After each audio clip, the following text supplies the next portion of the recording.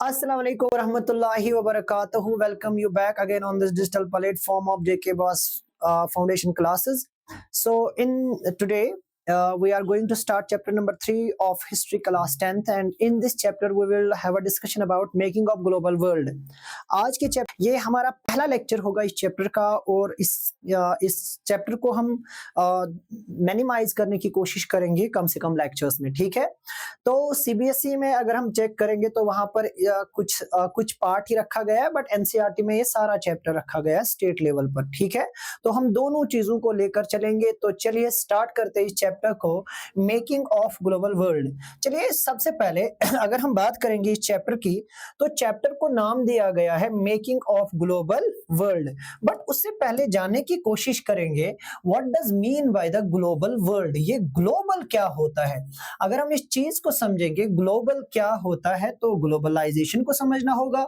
मैं अगर बताऊं तो ग्लोबलाइजेशन से बेसिकली कॉन्सेप्ट है ग्लोबलाइजेशन का, how world becomes a village. दुनिया कैसे एक गांव में तब्दील हो गई, दुनिया कैसे सिमट गई, या अगर हम आसान भाषा में कहेंगे दुनिया कैसे श्रिंक हो गई आज के समय की दुनिया में, ठीक है। इसको टाइम लगा।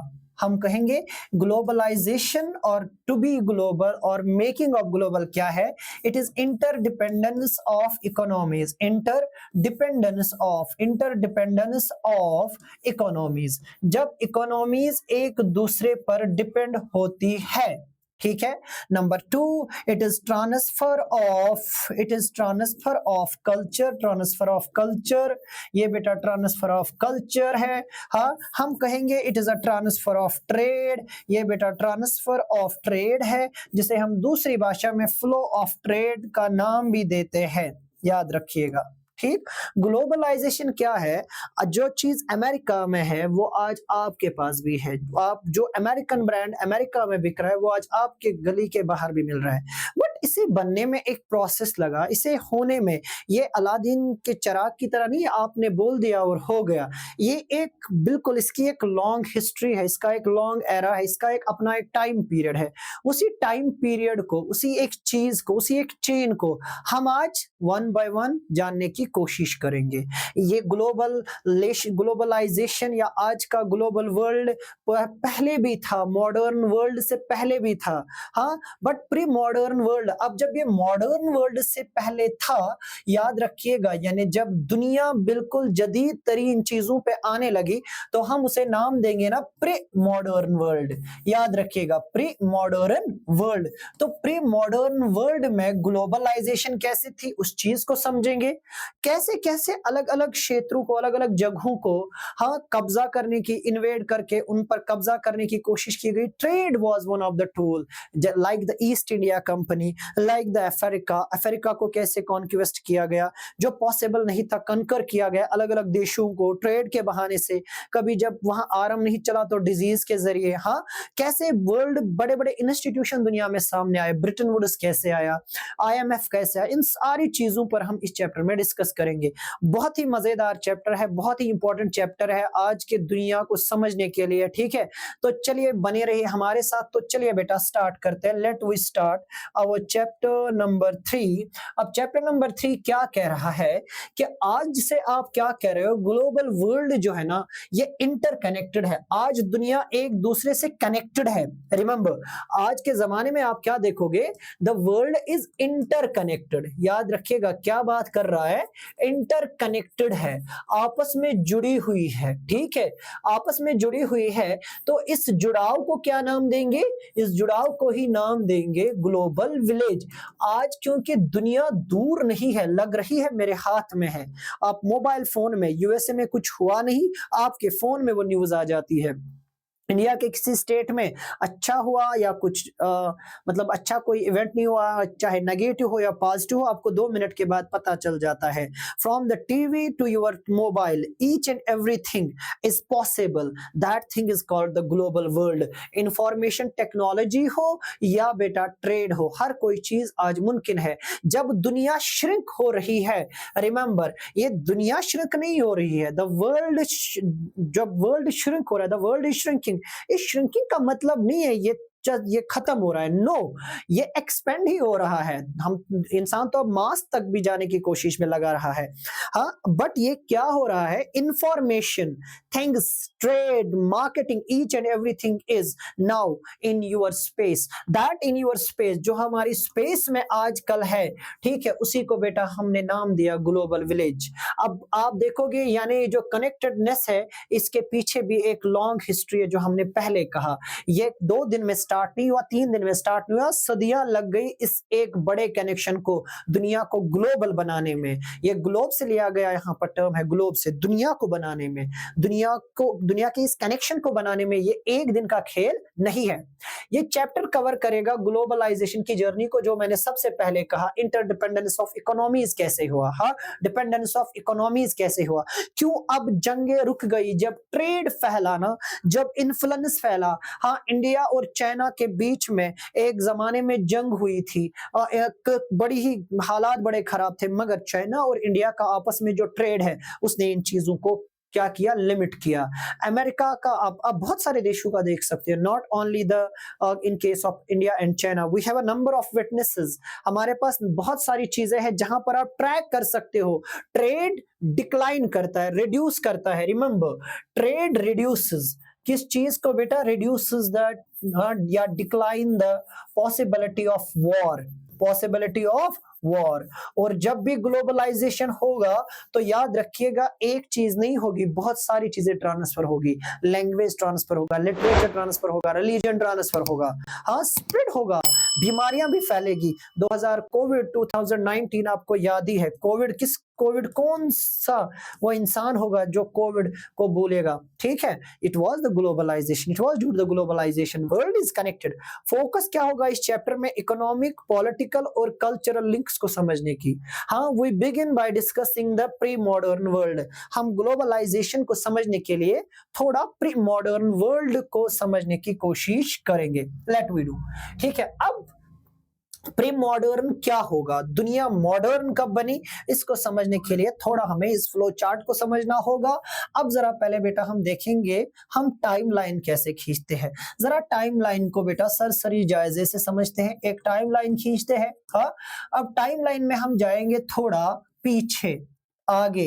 हाँ, हम ज्यादातर कैसे जोड़ते हैं, हम कहते हैं भाई ये तो चला हुआ एंशंट। हाँ, कब से, हम 700, ठीक है, 700 सीई तक क्या मान लेते हैं, 700 सीई तक। आजकल एडी नहीं लिखते, उसके पीछे क्या है, उसके पीछे कंसर्न है ग्रेगोरियन कैलेंडर, ये भी याद रखिएगा। चलो ये भी मैं बता देता हूँ, ग्रेगोरियन कैलेंडर एक बड़ा रीजन है, ठीक है, ग्रेगोरियन कैलेंडर और जूलियन कैलेंडर, ये हमें फिर पढ़ना होगा इंशाल्लाह, टाइम मिला तो। जूलियन कैलेंडर और ग्रेगोरियन कैलेंडर सिस्टम इंशाल्लाह कभी पढ़ाऊंगा, उसमें मैं वेरीफाई करूंगा सीई और एडी क्यों नहीं लिखते, ठीक है।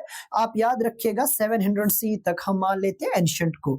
अब उसके बाद आप चलोगे तो 701 से, यानी 701 से स्टार्ट होकर बराबर 1700 एडी तक, 1700 सी तक हम कंसर्न करते हैं, हम किस चीज को समझते हैं, हम कहते हैं ये तो भाईजान मेडिवल हुआ। अब आगे जाकर हम कहते हैं कि मेडिवल के भी 2 पार्ट्स है, ठीक है।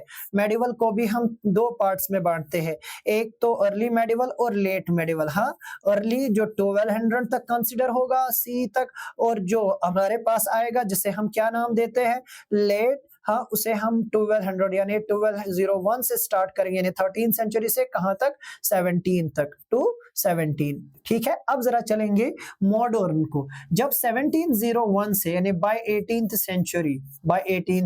सेंचुरी, तो ये बेटा बन गया मॉडर्न, ठीक है। क्यों, यहां पर बहुत सारी ऐसी चीजें हुई जिसकी वजह से हमने इसे नाम दिया मॉडर्न वर्ल्ड। अब यहां पर भी आता है पोस्ट मॉडर्न वर्ल्ड, ठीक है, पोस्ट मॉडर्न, ठीक है, पोस्ट मॉडर्न वर्ल्ड। अब हमें ये नहीं ट्रैक करना है, हमें इस 18वीं सदी से पहले थोड़ा इस टॉपिक में जाना है।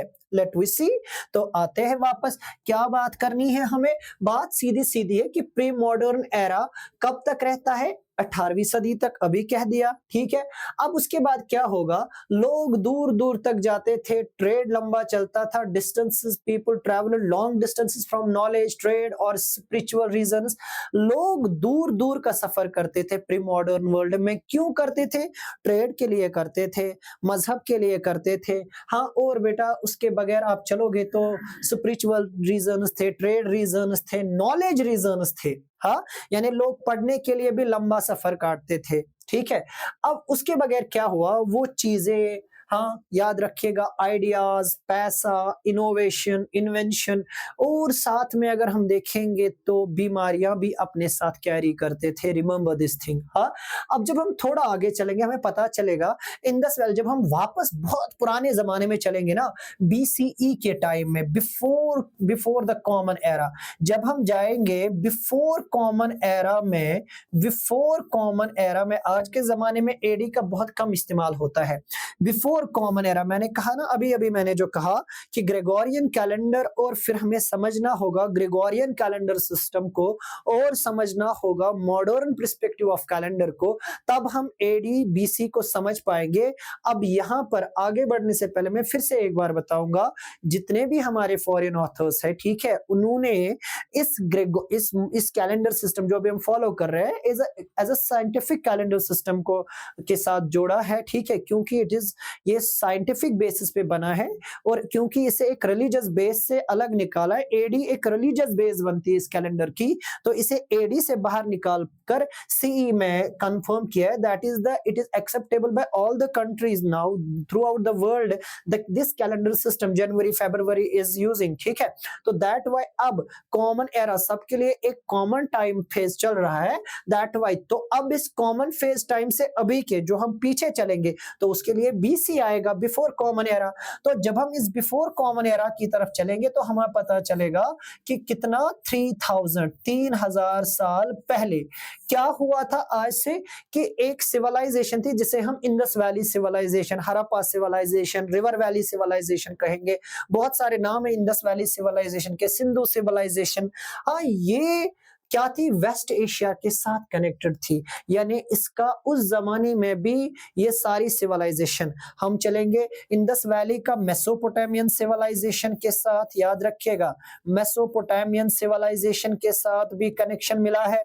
हम ये देखेंगे तो इसका इंडस किस किस के साथ उस जमाने में ट्रेड करती थी, उस जमाने में, यानी आज से 3000 साल पहले भी हमें ग्लोबलाइजेशन के सबूत मिलते हैं। कहां से मिलते हैं? मेसोपोटामिया से मिलते हैं। मेसोपोटामिया को साइड लाइन करेंगे तो बेटा इजिप्शियन सिविलाइजेशन के साथ, जिसको हम इजिप्शियन या नाइल सिविलाइजेशन के नाम से भी जानते हैं, नाइल सिविलाइजेशन, हाँ, सुमेरियन सिविलाइजेशन, जो फिर आगे जाकर हमें मिलेगा मेसोपोटामियन, वहां से और भी बहुत सारी, इवन शांग सिविलाइजेशन, हाँ, और भी बहुत सारी सिविलाइजेशंस के साथ हमें इंडस वैली सिविलाइजेशन के कनेक्शंस के बारे में पता चलता है, specially from the Mesopotamian perspective, ठीक है।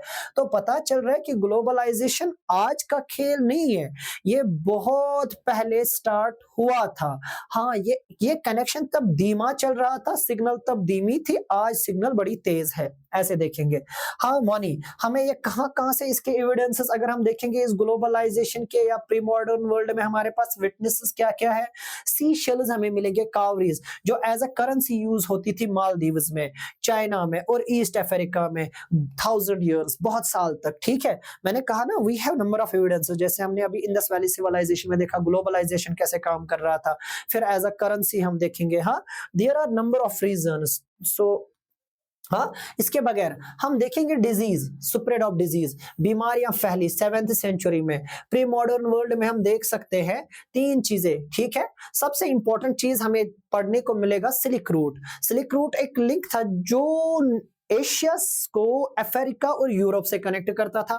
सिल्क रूट, रिमेंबर मेरा बच्चा, सिल्क रूट सबसे इंपॉर्टेंट चीज है जो कहां से कहां, एशिया से होकर, यानी चाइना से स्टार्ट होकर यूरोप और अफ्रीका, हाँ, कहां कहां मेरा बेटा, यूरोप और अफ्रीका को आपस में कनेक्ट करता था। हाँ, अब इसी तरीके से बेटा फूड की बात करेंगे, पोटैटोज़ ये तो थे ही नहीं, तो अमेरिका से निकले हैं और इसने तो आगे जाकर फिर आयरलैंड में जो गंध मचाई वो तो सबको पता है, हाँ। स्पगैथी वो भी आप देखिए, ठीक है, जिसे नूडल्स कहा जाता, ये तो आप आगे देखोगे चाइना वगैरह से कैसे पूरी दुनिया ट्रैवल करता है। पोटैटो ये अमेरिका से ट्रैवल करता है, अमेरिका को न्यू वर्ल्ड कहा जाता था, ये तो 18th सेंचुरी में इसका नाम यूएसए पड़ा, ठीक है। ब्रिटेन ने 1781 में पहली बार अमेरिका को, यूएसए को as a nation state, as a state declare, as a nation accept किया। अब खुद देखिए, क्योंकि अमेरिका खुद शिकार हुआ, कॉलोनियलाइज हुआ। बर्लिन कॉन्फ्रेंस पढ़नी पड़ेगी यहाँ पर, ठीक है। अच्छा, बीमारियां, अब क्या हुआ, जहां जहां पर आर्म्स नहीं चले, जहां जहां पर सीधे सीधे लोग नहीं माने, वहां पर कॉन्क्वेस्ट, एक तो एरियाज पर कब्जा हुआ। अब कैसे हुआ, डिजीज के जरिए, ट्रेड के जरिए, इस कनेक्शन को इन्फ्लुएंस किया गया, हाँ, एरियाज को कैप्चर करने की कोशिश की गई। अब आप खुद देखिए कितना मजेदार ये टॉपिक रहेगा। चलिए, नाउ कम टू द, चलो, सिल्क रूट्स वर की फॉर ट्रेड एंड कल्चरल। अब मैंने बार बार कहा, सिल्क रूट के जरिए खाली हमें एक चीज नहीं मिलेगी, बहुत सारी चीजें मिलेंगी। सिल्क रूट क्या क्या हमें देगा, चलिए मैं जरा यहां पर ऐड करूंगा, सिल्क रूट हमें क्या क्या देगा, ठीक है। चलो हम बात लिखेंगे बेटा किसकी, थोड़ी बड़ी सी यहां पर, ठीक है, स्लाइड रखेंगे तो हम कहेंगे सिल्क रूट। हाँ, किसकी बात करेंगे बेटा, सिल्क रूट की। चलो, अब जरा सिल्क रूट से हम सीधे सीधे किस पर बात करेंगे बेटा, शाबाश। तो सिल्क रूट को हम जरा अलग रखें तो हमें पता चलेगा कि सिल्क रूट में क्या क्या था। सिल्क रूट से हमें क्या क्या मिलेगा, सिल्क रूट से हमें बेटा कल्चरल, इन कल्चर, ठीक है, एक्सपेंशन ऑफ कल्चर या फ्लो ऑफ कल्चर मिलेगा। यहां से बेटा हमें कल्चर में तो बहुत सारी चीजें आएंगी, कल्चर मटेरियल भी होगा, नॉन मटेरियल भी होगा, हाँ, जहां पर हमें कल्चरल एक्सपेंशन देखने को मिलेगा या कल्चरल इन्फ्लुएंस देखने को मिलेगा, वो मटेरियल भी होगा मेरा बेटा, और शाबाश नॉन मटेरियल भी होगा, दो तरीकों का होगा, ठीक है, material as well as non material. अब वहीं पर हमें रिलीजन भी देखने को मिलेगा, यानी रिलीजन भी सिल्क रूट के जरिए। मैं ये भी बताऊंगा अभी क्यों इसे सिल्क रूट कहते हैं। रिलीजन यानी अलग अलग मशीनरीज यूज करेंगे, हाँ, मशीनरीज क्या यूज करेंगे, जो रिलीजियस मशीनरीज है वो यूज करेंगे इस रूट को, किसके लिए, रिलीजन को शाबाश फैलाने के लिए, हाँ, स्प्रेड ऑफ रिलीजन, हाँ, स्प्रेड ऑफ रिलीजन के लिए बेटा यूज करेंगे, रिमेंबर, हाँ। अब उससे भी आगे जब हम चलेंगे, थोड़ा आगे चलेंगे, हमें पता चलेगा इसके जरिए ट्रेड भी होगा, याद रखिएगा, हाँ, ट्रेड भी होगा, और भी बहुत सारी चीजें हैं। अब जरा हम ट्रेड की बात करेंगे, क्यों सिल्क इसे कहा जाता था, ये इंपॉर्टेंट है, सिल्क रूट ही क्यों कहा जाता था, क्योंकि इसके लिए हमें जाना पड़ेगा चाइना, ठीक है। China was a producer of fine silk, क्या था बेटा, फाइन सिल्क प्रोड्यूसर था, fine silk producer, fine silk producer था, दुनिया का बेहतरीन सिल्क देने वाला अगर कोई देश था वो चाइना था। इसका जो रेशमी लिबास याद रखिएगा, जिसे हम रेशम कहते हैं, अब ये जो रेशम था ना, इससे बना हुआ लिबास बहुत ही महंगा था और बड़ी डिमांड थी इसकी वेस्ट में। अब डिमांड थी तो बेटा पूरे दुनिया भर के ट्रेडर्स को इसने अपनी तरफ इन्फ्लुएंस किया, अपनी तरफ खींचा, और दुनिया ने प्रेफरेंस दी, नहीं हमें चाहिए तो सिल्क कहाँ का चाहिए, शाबाश रशिया का चाहिए, याद रखिएगा, सॉरी चाइना का चाहिए। अब ट्रेडर्स जाते थे, अब एक रास्ता जो इन्होंने इख्तियार किया आने जाने का, उस रूट को नाम दिया गया सिल्क रूट, आगे जाकर नाम दिया गया, ठीक है। इस रूट के जरिए दुनिया भर में इल्म फैला, तरक्की फैली, हाँ, और बेटा तरक्की के साथ कल्चर, तहजीब, तमद्दुन, सकाफत सब कुछ फैला, ठीक है, तहजीबें भी फैली, याद रखिएगा, हाँ, तमद्दुन भी फैला, और तमद्दुन के साथ जिंदगी का तरीका भी फैला, मजहब भी फैले, हाँ, और भी बहुत कुछ। और इवन आगे जाकर इस रूट को कितना लोग, कितना एम्पायर्स ने, कितना अलग अलग एम्पायर्स ने वो मोहब्बत दी ना इस रूट को, वो समझते थे इसकी इंपॉर्टेंस। मैं कहता हूं आज भी अगर ये रूट वापस इस्टेब्लिश होना तो एक अलग लेगेसी, एक अलग वो नूर आ जाएगा इन सारे स्टेट्स के अंदर। Let we come to the, चलिए अब क्या हुआ ट्रेड ऑन सिल्क रूट। कहते हैं हिस्टोरियंस का मानना है कि यहां दो तरीकों से, ठीक है, क्योंकि इंडिया को अगर हम देखेंगे ना, एक पॉइंट, एक बहुत ही इंपॉर्टेंट स्टेट है इंडिया का, किस लिहाज से, अगर हम रूट, इस सिल्क रूट के लिहाज से देखेंगे, अगर हम एक हल्का फुल्का एक यहाँ पर एक, we will catch the map of India, ठीक है, एक हल्का फुल्का सा मैप यहाँ पर खींचेंगे, ठीक। तो यहां से भी इंडिया के सी और यहां से भी, यानी north, south, east and west. अब यहां से होकर ट्रेडर्स फिर इंडिया से रूट लेकर चाइना पहुंच जाते थे। सेम यहां से भी ऐसा होता था, लद्दाख के रास्ते से चाइना तक पहुंच जाते थे। दैट वाई कि इंडिया एक स्ट्रेटेजिक पॉइंट था। यूरोप, एशिया, आप देखो कहा भी गया, historian identified both sea and land routes connecting Asia, Europe and North Africa. आप खुद देखिए, पूरी दुनिया को, एशिया से यूरोप और नॉर्थ अफ्रीका को सिल्क रूट आपस में कनेक्ट करता था, सी और दोनों, लैंड और सी। हाँ, और क्या हुआ, routes existed before the Christian era, और हजरत ईसा अलैहिस्सलाम के आने से पहले, ये कैलेंडर बनने से पहले ये जमाना, ठीक है, हमें देखने को मिलता है। और ये कब तक रहा, ये देखने को मिला कि इसका जो पीक इन्फ्लुएंस था 15वीं सेंचुरी तक, यानी जब तक मंगोलों ने हुकूमत की, मंगोलों ने भी इसे बहुत प्यार दिया था इस रूट को। हाँ, चाइनीज पोट्री, अब जरा देखेंगे, अब यही चीजें नहीं, चाइना के बर्तन, इंडिया का, अब जरा देखिए Chinese pottery, Indian and South East Asian textile. अब इंडिया और साउथ ईस्ट एशिया, यानी जिसमें चाइना, जापान वाली कंट्रीज आती है, उनका टेक्सटाइल, मसाले, हाँ, और बहुत सारी चीजें यूरोप ट्रेड होती थी इस रास्ते के जरिए। और वापस में वहां से क्या मिलता था, गोल्ड और सिल्वर। अब गोल्ड इंडिया को मिलता था ना, तो वो यहाँ पर मंदिरों में चढ़ाता था, ठीक है, याद रखिएगा। इसीलिए इंडिया में सोना नहीं निकलता था, इंडिया को सोने की चिड़िया कहते थे।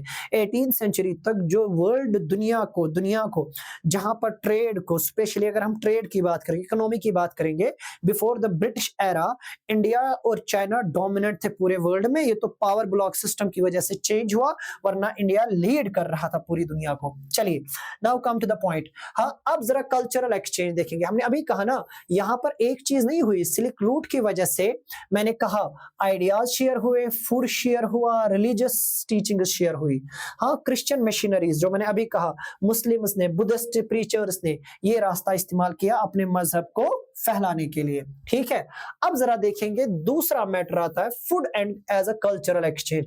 अब खाना, ठीक है, अब खाना, उनमें से दो इंपॉर्टेंट चीज है जो सिवगैथी और पोटैटोज है, यानी फूड भी ट्रैवल करता है। अब फूड के तो पाव नहीं होंगे ना, लोगों का खाना पीना, ठीक है, वो सारी चीजें क्या होंगी, एक्सचेंज होगी। तो हम क्या कहेंगे, ट्रैवलर्स ने, ठीक है, अब ट्रेडर्स और ट्रैवलर्स जहां पर वो जाएंगे तो वो अपना तहजीब और सकाफत वहां पे लोगों को सिखाएंगे, पढ़ाएंगे, जानेंगे। हाँ, वो नए नए क्रॉप्स और अलग अलग जमीनों के अलग अलग क्रॉप्स, यानी अब वो नए क्रॉप्स इंट्रोड्यूस करेंगे, new crops were introduced, not only new crops, बल्कि बेटा new food styles, new lifestyle food, ठीक है, वो इंट्रोड्यूस होगा। यानी चाइना में क्या खाया जाएगा, वो दूसरी जगह पे इंट्रोड्यूस होगा। अलग अलग सब्जियां, फसल, फल, वो इंट्रोड्यूस हुए।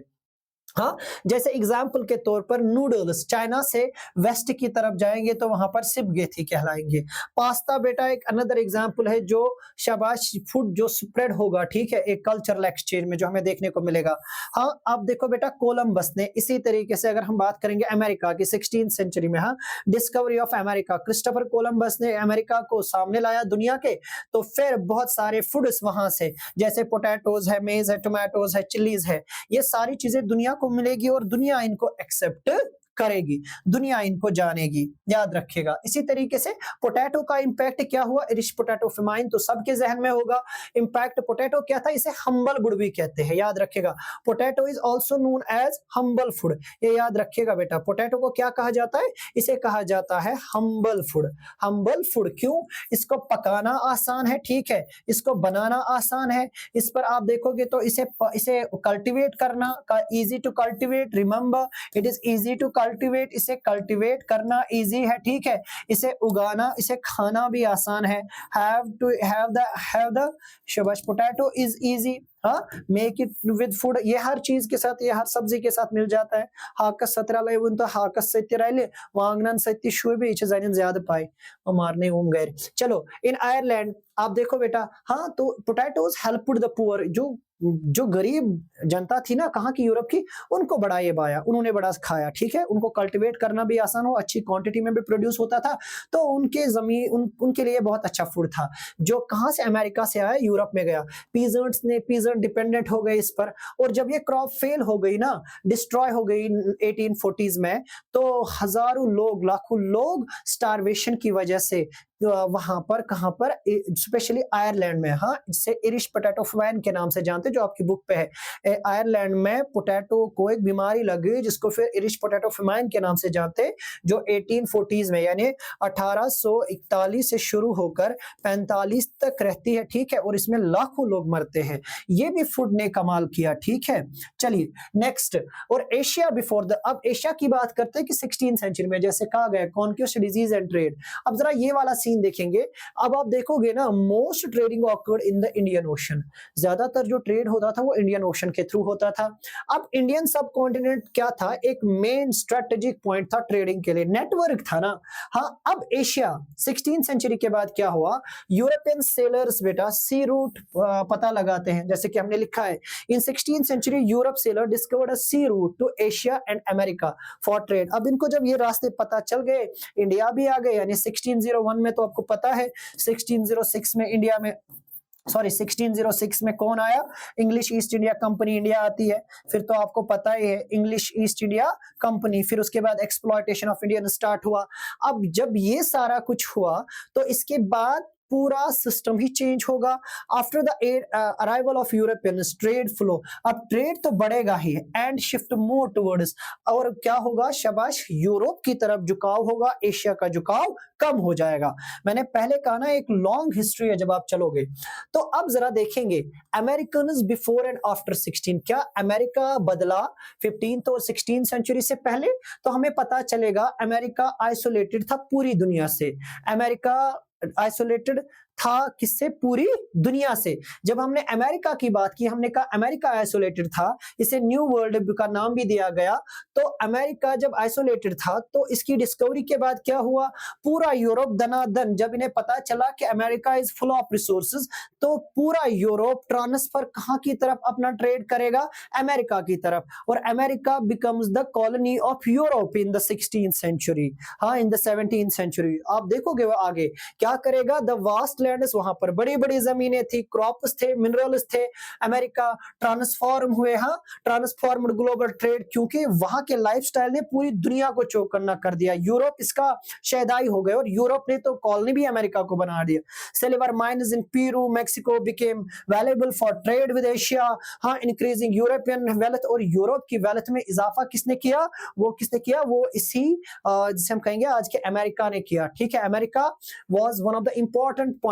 और 17th सेंचुरी में जब हम देखेंगे तो हमें क्या पता चलेगा, यूरोपियंस एल डोराडो, हाँ, सोने के शहर को ढूंढने के लिए, सिटी ऑफ गोल्ड, ये कैलिफोर्निया में 1840s के बाद, वहां पर फिर 1840s के बाद वहां पर फिर क्या हुआ, कैलिफोर्निया में सोने को, जिसको एनसीईआरटी में, अगर आप एनसीईआरटी पढ़ते हो, एनसीईआरटी 11th आप देख सकते हो, 11th हिस्ट्री याद रखिएगा, एनसीईआरटी 11th हिस्ट्री में इसे नाम दिया गया है डिस्प्लेसिंग द नेटिव्स वाला चैप्टर है। वहां पर चैप्टर आप देखोगे डिस्प्लेसिंग द नेटिव्स में बात लिखी गई कैसे अमेरिका को गुलाम बनाया गया, डिस्प्लेसिंग द नेटिव्स, ये याद रखिएगा, डिस्प्लेसिंग द नेटिव्स वहां पर लिखा गया है, इसे नाम दिया गया है the gold rush. Remember the gold rush, आप सर्च भी कर सकते हो गोल्ड रश के नाम से।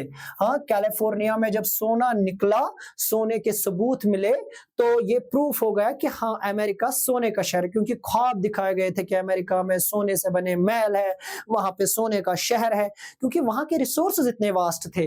तो सिटी ऑफ गोल्ड के नाम से इसे जानते थे, एल डोराडो को, ठीक है।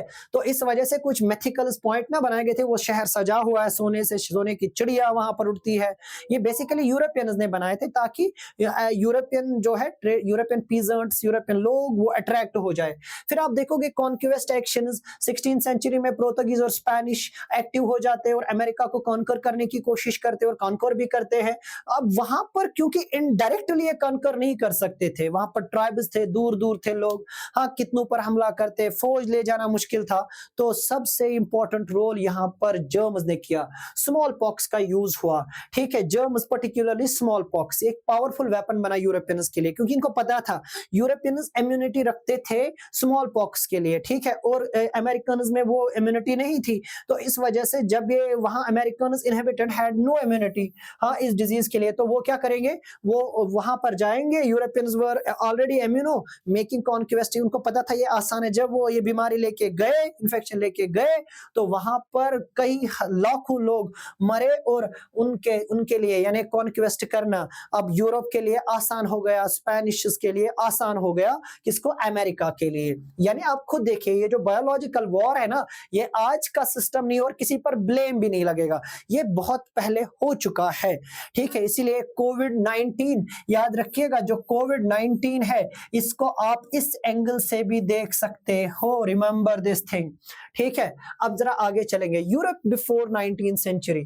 अब यूरोप कैसे था? वहां पर पोवर्टी थी, हंगर थी। जब आप चलोगे ना एनसीईआरटी 11th पढ़ोगे तो आपको पता चलेगा फ्यूडलिज्म और हंगर्स का वो सारा सीन 10th सेंचुरी तक। वहां पर क्लाइमेट स्टेबल नहीं था, फ्यूडलिज्म था, पीजेंट्स थे, गरीबी थी, मुफलिसी थी, कोई बड़ा एम्पायर रोमन एम्पायर के फॉल के बाद इमर्ज नहीं हो रहा था, ठीक है। 15-16 सेंचुरी के बाद फिर वापस मोनार्क स्ट्रांग हो गया, जब प्राइसेस बढ़ गए, जब यूज ऑफ आयरन एग्रीकल्चर में आ गया, फिर थोड़ा बहुत वहां पर आहिस्ता आहिस्ता रेनेसां और एनलाइटमेंट ने वहां पर थोड़ी तरक्की लाई, वरना यूरोप कुछ खास नहीं था। ये ब्रिटेन बना है हिंदुस्तान के गरीब किसानों के खून से, आपको ये मानना होगा, ठीक है। ओवर क्राउडेड सिटीज थी, डेडली डिजीज थी, लोग मजहबी पंगु में फंसे थे, हाँ। तो आप उसके बाद देखोगे बहुत सारे लोग अमेरिका भाग रहे थे क्योंकि उनकी कंडीशंस खराब थी, और फिर अमेरिकन्स को फंसाया शराब की जाल में। याद रखिएगा, अमेरिकन्स इतने बोले वाले थे, वहां के इनहेबिटेंट्स, वो इनको चीजें देते थे, ये यूरोपियंस को ना, वो बड़े फ्रेंडली लोग थे, इनको जब कोई चीज देते थे गिफ्ट, और यूरोपियंस उठा के जल्दी जल्दी यूरोपियन मार्केट में बेच देते थे, यानी कदरों कीमत नहीं थी। और दूसरी बात जो सबसे इंपॉर्टेंट है, आहिस्ता आहिस्ता जब इन्होंने लैंड को ना, और इन्होंने कहा हम अपनी लैंड नहीं देंगे, तो इन्होंने इनके यहाँ शराब की लत डाल दी, शराब की लत। फिर तो पता ही है शराब जिंदगियों को तबाह कर देती है, और ये लोग फंस गए आहिस्ता आहिस्ता। फिर यही अमेरिकन, इस चीज को जानिएगा, फिर यही नेटिव अमेरिकन गुलाम बन गए, हाँ, किनके? यूरोपियंस के। और यूरोपियंस ने इनकी जमीनों पर काम स्टार्ट कर दिया, और स्टार्ट करने के बाद सबसे बड़ा पंगा क्या कर दिया, वहां के नेटिव्स को यहाँ पर एज अ वर्कर रखा, जिसमें बहुत सारे लोग मर भी गए। और फिर यहां से स्टार्ट होता है अफ्रीका। अफ्रीका के लोगों को फिर लाया गया, उन्हें इनसे काम करवाया गया अमेरिका में। चलिए आगे, बस we are going to end, ठीक है। चलो, अफ्रीका 18th सेंचुरी तक, हाँ, वो ज्यादातर क्या थे? जब हम अफ्रीका की बात करेंगे, वो हमेशा स्लेव नहीं थे, उनकी इकोनॉमी पेस्टोरल इकोनॉमी थी। याद रखिएगा, कौन सी इकोनॉमी थी मेरा बच्चा? Pastoral economy. अगर आपने पढ़ा होगा colonialism and pastoral life 9th में है, तो आपको पता चलेगा पेस्टोरल लिविंग, वो अपना गुजारा जीते थे, जानवरों को पालते थे, एनिमल रेयरिंग होती थी, उससे उनका ठीक ठाक गुजारा चलता था, बड़ी इंडिपेंडेंट इकोनॉमी थी उनकी। हाँ, अफ्रीका के पास क्या थी? याद रखिएगा, अफ्रीका के पास पास्चर्स थे, वास्ट पास्चर्स थे, ग्रेजिंग लैंड्स थे, हाँ, वास्ट पास्चर्स थे उनके पास। पास्चर्स के साथ उनके पास बड़े बड़े ग्रेजिंग लैंड्स थे। जब वो ग्रेजिंग लैंड्स आप चेक करोगे तो आपको पता चलेगा उनको एक्सप्लॉइट किया गया, और यूरोपियंस ने अफ्रीकन्स को भी कैप्चर किया ट्रेड के बहाने से, ठीक है। बाज़ाब्ता तौर पर पॉलिसी बनी यूरोप में, बर्लिन कॉन्फ्रेंस, 14 देश, आप वो सारा इंशाल्लाह रहमान नेक्स्ट लेक्चर में हम देखेंगे। Africans had to plantation work, और यहाँ पर plantation, cultivation in vast grazing lands पर स्टार्ट हुआ। आहिस्ता आहिस्ता अफ्रीका को भी गुलाम बनाया गया, वहां पर भी बीमारी जर्म से हमला हुआ, ठीक है, जब लोग नहीं मान रहे थे, और बाज़ाब्ता तौर पर वहां पर फिर कल्टीवेशन स्टार्ट हुई, और आहिस्ता आहिस्ता ये अफ्रीका भी गुलाम बना किनका, और वहां से लोगों को फिर फंसा के अमेरिका अलग अलग जगहों पर लाया गया और उनसे काम करवाया गया। यानी यूरोप की बड़ी कारस्तानियां हमें इस चैप्टर में देखने को मिलेगी, ठीक है। और यहां से हम लास्ट वाला जो अभी का है वो है इंडिया और चाइना 18th सेंचुरी तक, ठीक है। इंडिया और चाइना अगर हम देखेंगे, दुनिया की, मैंने पहले कहा, रिचेस्ट कंट्रीज में से थी और प्री इमिनेंट। और अगर आप देखोगे एशियन ट्रेड में जो इंपॉर्टेंट प्लेसेस थी वो इंडिया और चाइना था। तो 15th सेंचुरी के बाद आप देखोगे ओवरसीज ट्रेडिंग रुक गई, ठीक। और क्योंकि इन्वॉल्वमेंट क्या था ट्रेड अफेयर्स में, यूरोपियंस एज अ सबसे बड़ा जो हम कहेंगे ना एक रुकावट थी, सबसे बड़ी रुकावट थी, वो यूरोपियंस एज अ इमर्ज हुई, क्योंकि यूरोपियंस इंडिया की तरफ भी क्या करेंगे, शाबाश, अपने कदम पसारेंगे। जब ये यहाँ पर आएंगे तो फिर east India company, Portuguese, French, बाकी लोग आएंगे, तो हमें ये सारा सीन इस चैप्टर में देखने को मिलेगा। We will discuss it briefly, we will discuss it, हम इसको डिस्कस ब्रीफली करेंगे, हर एक चीज को बिल्कुल गहरी नजर से देखेंगे नेक्स्ट लेक्चर में। ठीक है, तब तक के लिए खुदा हाफिज, फी अमानिल्लाह।